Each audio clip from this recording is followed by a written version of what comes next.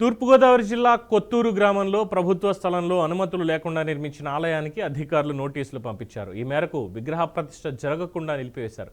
ప్రభుత్వం తరఫు నుండి అన్ని అనుమతులు పొందిన తర్వాతే విగ్రహ ప్రతిష్ఠ నిర్వహించుకోవాలని నోటీసులు జారీ చేశారు. ఎటువంటి అల్లర్లు జరగకుండా గ్రామంలో 144 సెక్షన్ అమలు చేస్తున్నట్టుగా ఎస్పీ సుబ్బరాజు తెలియజేశారు.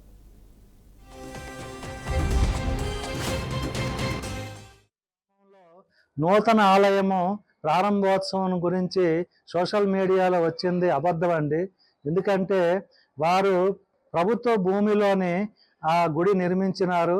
వారికి అక్కడ పంచాయతీ సెక్రటరీ అలాగే ఎంపీడీఓ వారు ఒక పత్రమును ఇచ్చారు నోటీస్ ద్వారా.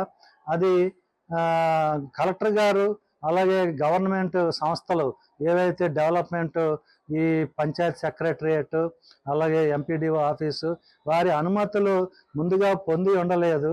అలా పొంది ఉంటే మాకు ఎట్టి అభ్యంతరం లేదు.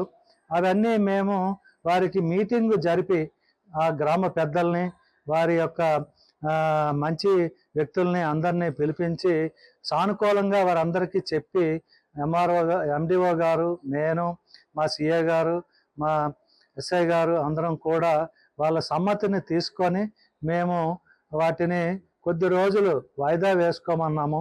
ఎందుకంటే ఈ అనుమతులు రావడానికి కొంత సమయం పడుతుంది.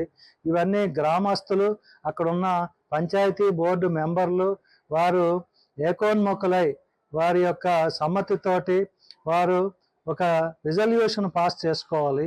ఈ ప్రభుత్వ భూమిలో ఇది వరకు ఆ ప్రభుత్వ భూమి దేనికి చెందినది అయి ఉంటుంది, అలాగే అక్కడ ఏ ఉద్దేశంతో ఆ ప్రభుత్వ భూమిని రిజర్వ్ చేశారు ఇవన్నీ రికార్డుల్లో ఉంటాయి.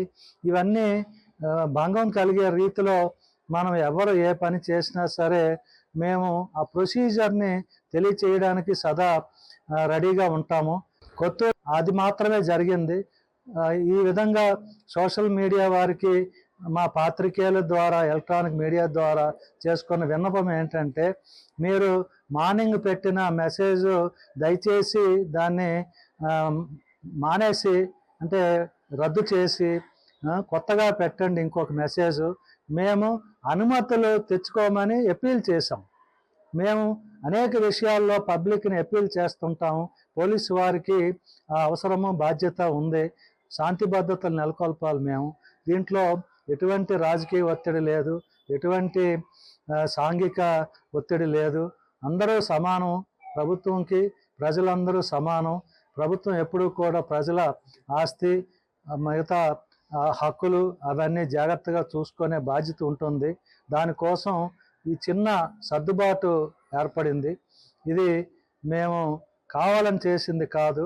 ఇది ఏదో పని కట్టుకొని పోలీస్ అంటే ఒక నెగిటివ్ ఫీలింగ్ రావాలని చెప్పి ప్రజల్లో ఇటువంటి తప్పుడు వార్త సోషల్ మీడియాలో ప్రచురించారు. దాన్ని నేను తీవ్రంగా ఖండిస్తున్నాను. ఏదైనా మీకు అవసరం ఉన్నప్పుడు మాకు కాల్ చేసి మమ్మల్ని ఫోన్ చేసి అడిగినప్పుడు మేము క్లారిటీ ఇస్తాము.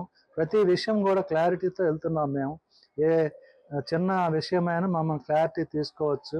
ఒక కేసు విషయంలో కానీ లేకపోతే ఒక పిటిషన్ ఎంక్వైరీ కానీ మేము సదా మిమ్మల్ని గౌరవిస్తాము.